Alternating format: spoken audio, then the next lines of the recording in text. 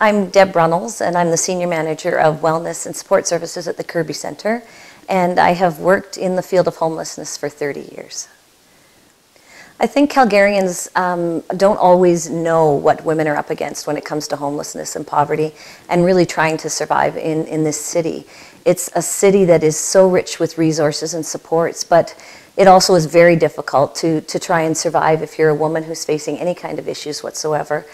Certainly for senior women, it's very difficult for them to find a place they can call home, especially in that age 55 to 64 group, 64-year-old group, before women actually can access their benefits and so on, and seniors' income. So what that means is that you're living in a province that has the highest domestic violence rate in all of Canada.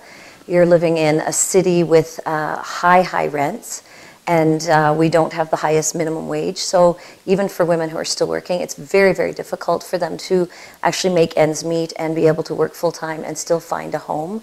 Many of the shelters in the city, over 50% of the people who are living in the shelters are working full-time. It just means that there's just no affordable stock available in the market for rentals. There's only about 3% of rental stock available, so that's very, very low. And it means that there's a lot of competition for the safe, good apartments to live in. And then also we end up with some apartments that aren't safe to live in and are not in any way legal. So it makes it very difficult for women to survive. I think that quite often what people think is that if someone's homeless, they should just go get a job and rebuild their life. But if you're fleeing domestic violence, you've lost your life. You've lost everything that you know is familiar. Quite often women have children that they take with them. And women don't always show up in the homeless counts as well because they have children. Quite often family members will take them in, they'll couch surf and so on. So it's still not home. And children still aren't living in a place where they can say they belong, but it's at least off the streets.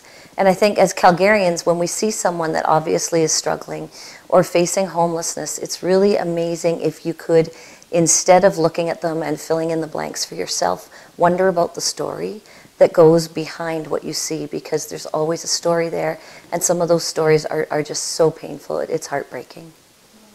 Homelessness.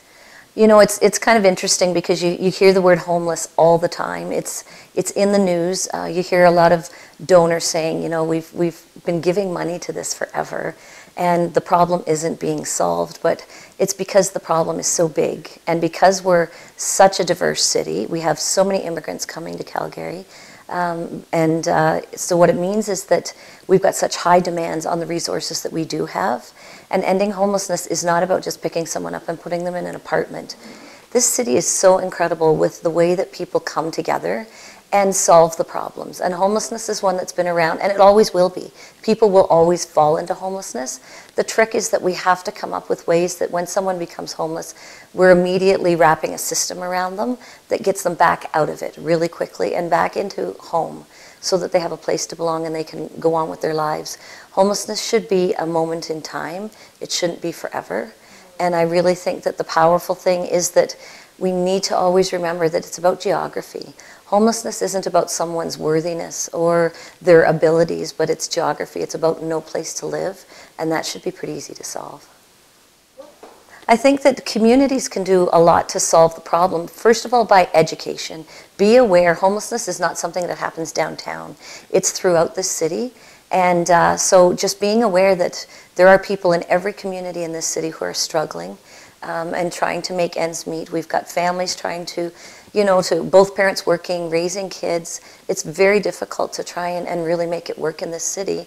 And so communities can come up with ways to solve the problems amongst themselves, running programs, offering things for kids to do together, daycare solutions, just opportunities for families to get together. Our greatest resources and the knowledge and wisdom in how to solve this is within each person.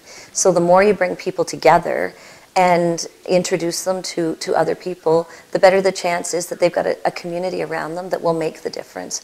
Somewhere safe to turn when things do get tough.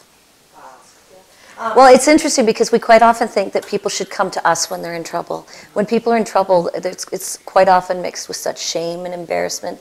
And if we need to go to them, we need to open our doors as a community and reach out to people instead of waiting for them to stumble over us while we sit here with our answers. But it's about going forward and reaching out into the community, no matter what role you have, what groups you belong to, faith communities, whatever it is. But it's really about being able to open the doors and go out, not waiting for people to come in and then ask for help.